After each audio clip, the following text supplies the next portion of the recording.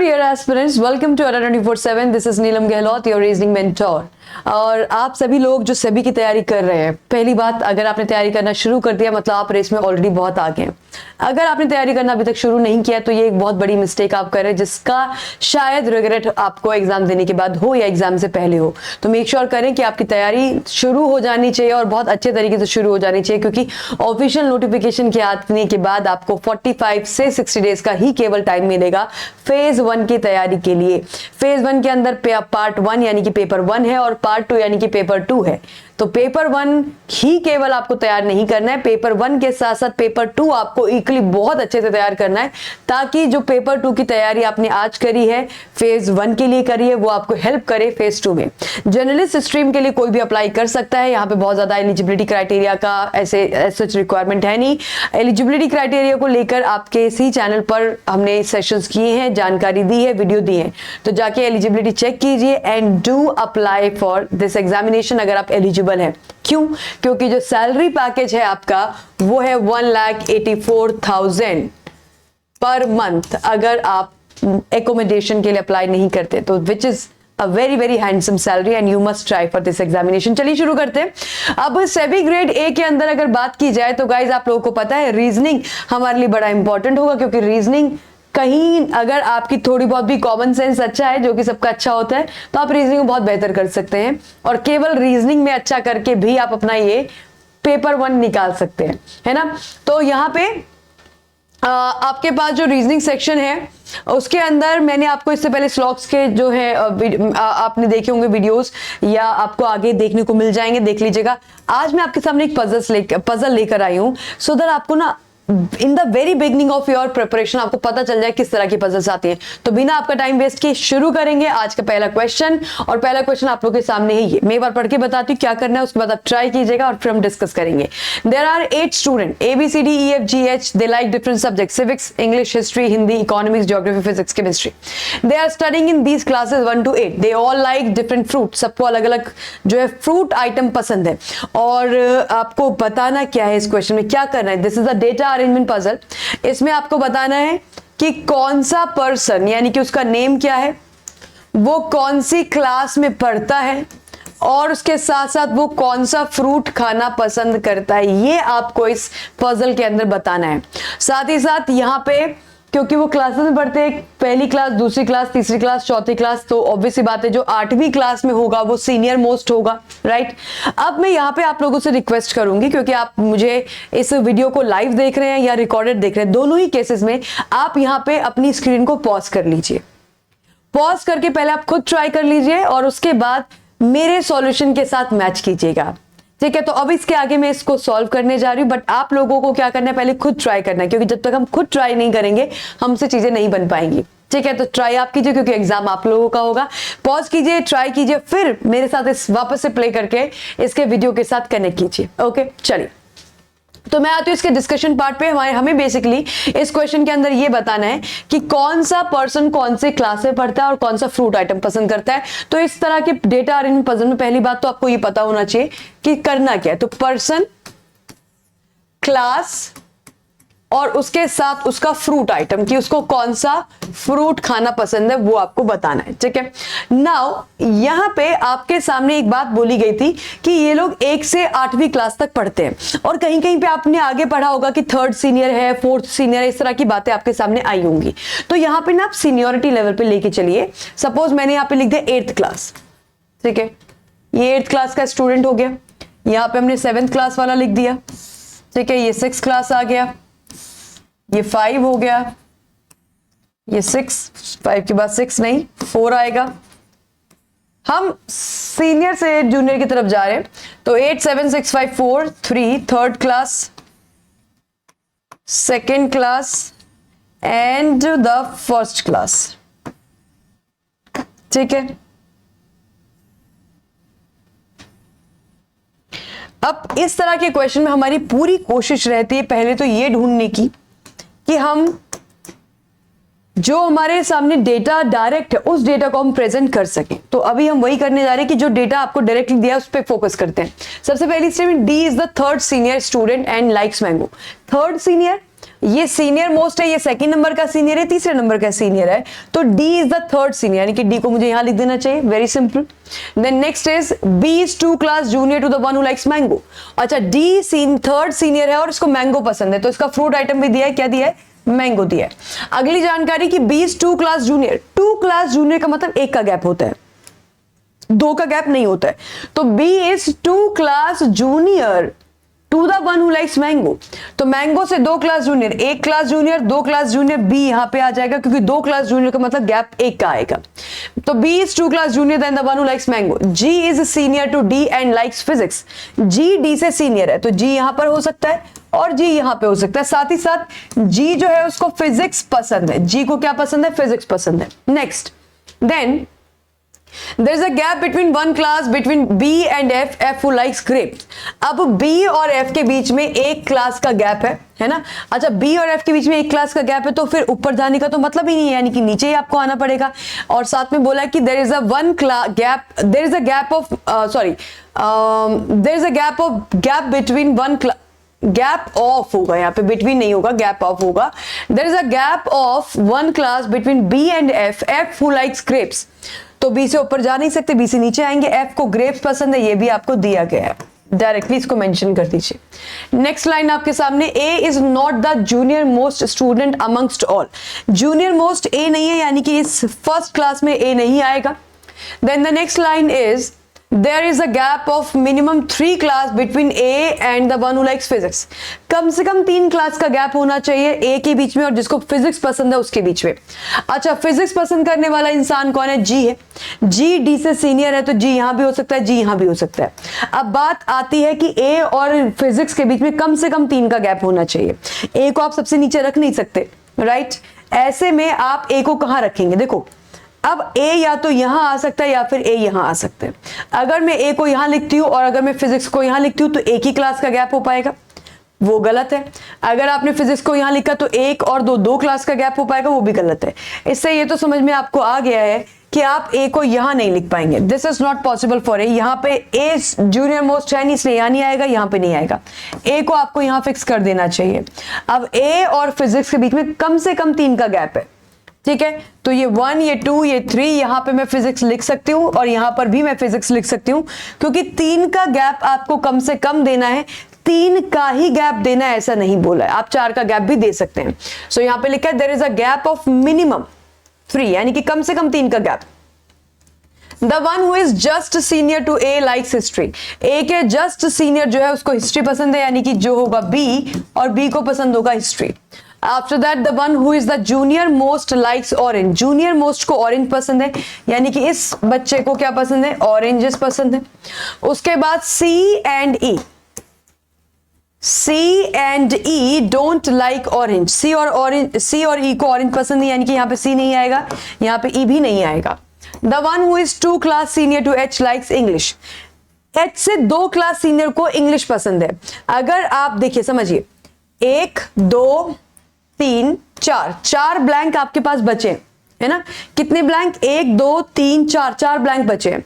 आपके पास कौन कौन आ चुका है और कौन रह गया, ए आ चुका है, बी आ चुका है, एक तो सी बचा है, डी आ चुका है, ई बचा है, एफ आ चुका है, जी बचा है और एच बचा है। ये 4 लोग बचे हैं और ये 4 ब्लैंक बचे हैं। क्या इस सबसे नीचे वाले ब्लैंक में आप जी को लिख सकते हो, नहीं, क्योंकि जी को कहाँ आना है, जी जो है वो डी से सीनियर है, तो इन दोनों में से किसी एक ब्लैंक में जी आएगा, तो इस वाले ब्लैंक में आप जी को भी नहीं लिख सकते। तो इस ब्लैंक में ना तो आप जी को लिख सकते हो, ना सी को लिख सकते हो, ना ई को लिख सकते हो। लास्ट वाले ब्लैंक में ना तो जी आएगा, ना ई आएगा, ना सी आएगा, तो कौन बचा, एच, यानी कि इस आखिरी ब्लैंक में एच का होना इज वेरी इंपॉर्टेंट, तो आपने एच को यहां लिख दिया। वापस से पढ़िए इस लाइन को, क्या लिखा है, the one who is 2 class senior to H likes English, वो इंसान जो H से 2 क्लास सीनियर है उसको इंग्लिश पसंद है, तो H से 2 क्लास सीनियर यानी कि थर्ड वाले पर्सन को इंग्लिश सब्जेक्ट जो है वो पसंद होगा, ठीक है।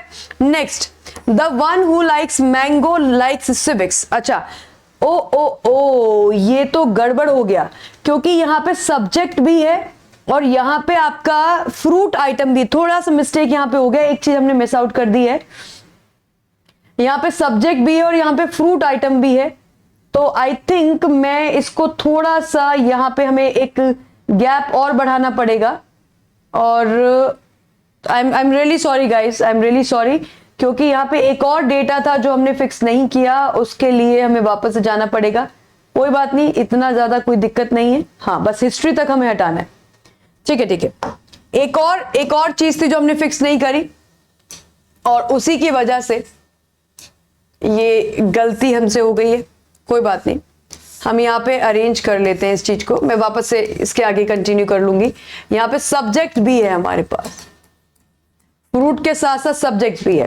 तो एक बार वापस से हमें अपना पूरा क्वेश्चन देख ले, कहीं पे कोई गलती तो नहीं हुई है। सबसे पहले था डी थर्ड सीनियर स्टूडेंट है, लाइक्स मैंगो। तो डी थर्ड सीनियर है और उसको मैंगो फ्रूट पसंद है, ठीक है। B is 2 class junior to the one who likes mango. B 2 class junior है जिसको मैंगो पसंद है उससे, तो मैंगो पसंद से 2 क्लास जूनियर B यहाँ पे अपनी जगह पे करेक्ट है। G सीनियर है D से और उसको फिजिक्स पसंद है, तो G इनमें से किसी एक जगह पे आएगा जिसको जो कि D से सीनियर है और फिजिक्स उसको पसंद है। इसको हम यहाँ पे हाईलाइट कर देते हैं। Then there is a gap of 1 class between B and F. F who likes grape. तो B और F के बीच में 1 क्लास का गैप है और F को ग्रेप्स पसंद है, तो B से ऊपर D है 1 क्लास के गैप पे, इसलिए हमने F को यहाँ लिखा। अभी तक सब कुछ ठीक है, आगे बढ़िए। देन नेक्स्ट लाइन है कि A is not the junior most student. A junior most नहीं है, A यहाँ पे नहीं आएगा। उसके बाद लिखा था कि there is a gap of minimum 3 class between A and the one who likes physics.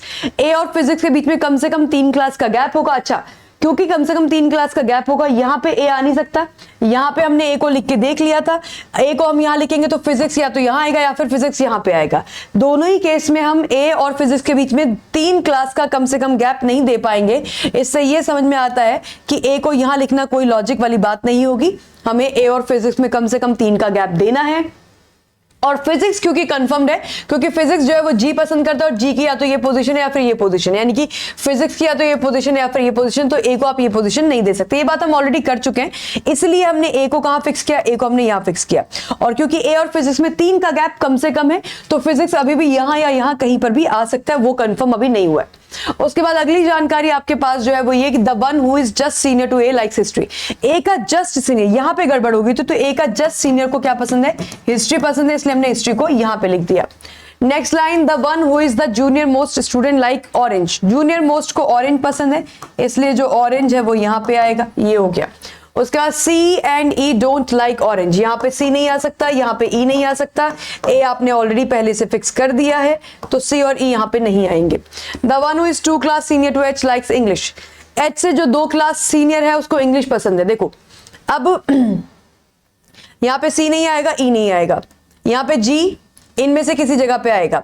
अब आपके पास जो, जैसे कि हमने इससे पहले भी डिस्कस किया था, आपके पास C बचा है, आपके पास E बचा है, G बचा है और साथ में आपके पास H बचा है। G इनमें से किसी एक कॉलम में आएगा, यानी कि लास्ट में G नहीं आ सकता। C और E लास्ट में आ नहीं सकते। कौन बचा, H, तो H केवल होगा जो आपके कहाँ आएगा, लास्ट में आएगा।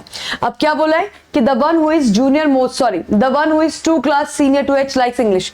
जो H से 2 क्लास सीनियर है उसको इंग्लिश पसंद है ना।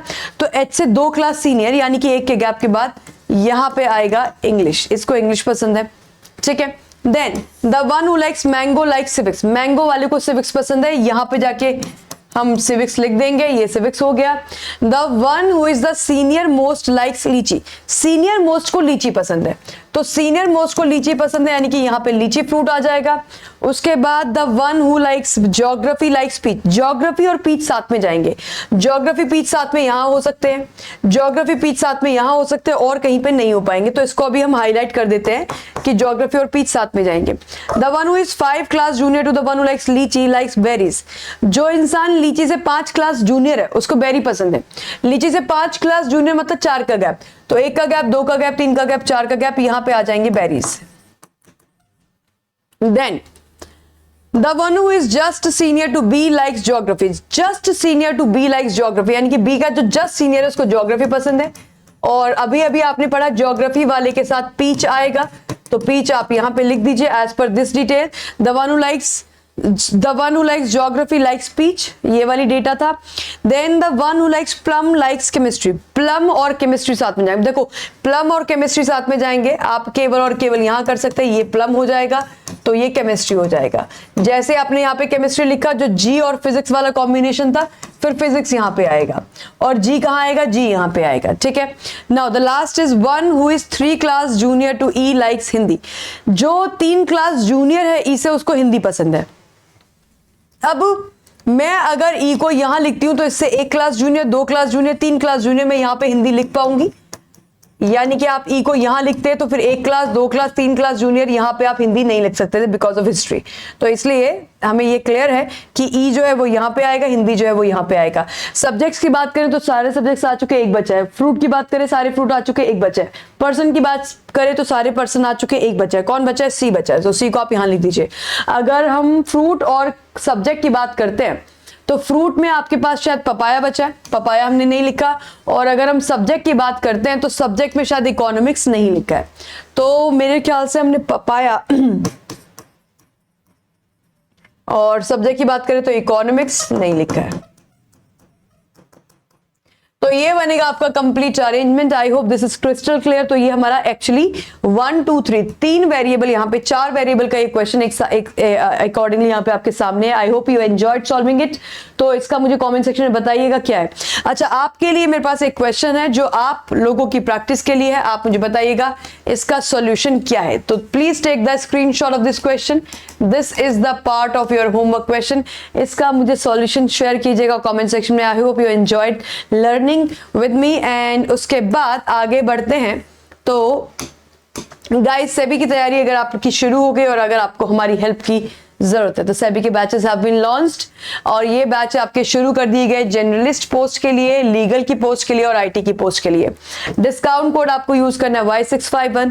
इसको हम कैसे अवेल कर सकते हैं? इसको आप डायरेक्टली बैच को भी अवेल कर सकते हो या फिर आप बैंक महापैक में एनरोल भी कर सकते हैं, क्योंकि बैंक महापैक में इस समय सिलेक्शन डेज यानी कि दिवाली सेल चल रही है। तो इसमें इस समय आपको मिल रहा है 81% का ऑफ और 81% के ऑफ पे आप बैंक महापैक प्लस ले सकते हैं।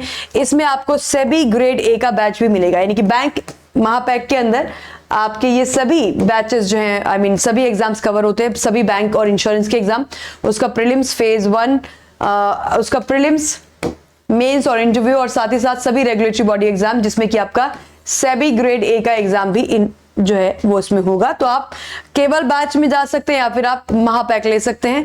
महापैक के बहुत सारे फायदे हैं। महापैक में आपको बहुत सारी टेस्ट सीरीज मिलती है, सभी एग्जाम्स की अलग अलग टेस्ट सीरीज मिलती है, सभी लाइव बैचेस मिलते हैं, हाई क्वालिटी ई बुक्स मिलती हैं, रिकॉर्डेड वीडियोस मिलते हैं, इंटरव्यू की प्रिपरेशन मिलती है, डाउट सॉल्विंग सेशन मिलते हैं। तो अगर आपको कोई कजिन है, कोई भाई है, कोई बहन है, कोई आपका दोस्त है, तो आप 2 लोग मिलकर इसको ले सकते हैं। और ये बैंक महापैक प्लस अगर आप अभी लेते हैं तो एक ऑफर चल रहा है कि अगर आपका सिलेक्शन हो जाता है तो ये पूरी की पूरी फीस आपको रिफंड करी जाएगी। तो that is your choice completely.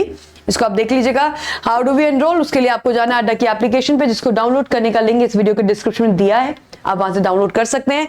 अड्डा की एप्लीकेशन पे जाइए, कोर्स टैब में जाइए, रेगुलेटरी बॉडी सेलेक्ट कीजिए। कुछ ऐसा आपको प्लेटफॉर्म दिखाई देता है, ऑल कोर्स पे जाइए, क्लिक कीजिए, यहाँ रेगुलेटरी बॉडी आएगा, यहाँ पे बैंक महापैक है जिसके अंदर आपका सेबी का बैच इंक्लूडेड है, आप ये भी ले सकते हैं। और ये है आपका सेबी का इंडिविजुअल बैच, आप ये भी ले सकते हैं। राइट, अगर आपको प्लेटफॉर्म पे समझना है तो प्लेटफॉर्म पे हम किस तरीके से इसको एनरोल कर सकते हैं वो मैं आपको बता देती हूँ। अड्डा की एप्लीकेशन को जब आप ओपन करते हैं तो कुछ इस तरीके का इंटरफेस आपके सामने आता है। ऑल कोर्स पे जाएंगे या रेगुलेटरी बॉडी पे जाएंगे, ये आपका सेबी का बैच है, ये बैंक महापैक है, इसको लेने पर भी आपको सेबी का बैच मिलता है। और अगर आपको केवल सेबी का बैच लेना है तो आप यहाँ पे जाइए। इसके अंदर आपको फेज 1, फेज 2 और इंटरव्यू की तैयारी आपको मिलेगी। यहाँ पे जाके कीजिए बाय नाउ, और बाय नाउ करने के बाद यहाँ पे लगा दीजिए आप अपना डिस्काउंट कोड। तो जैसे ही आप यहाँ पे डिस्काउंट कोड लगाएंगे Y651, ये आपका बैच आपको मिलता है कितने का? 2799 का। ठीक है, so the discount code is Y651. This is the discount code. All right, chaliye. Thank you everyone. Thank you so much. I hope you enjoyed. Try solving the question and let me know in the comment section.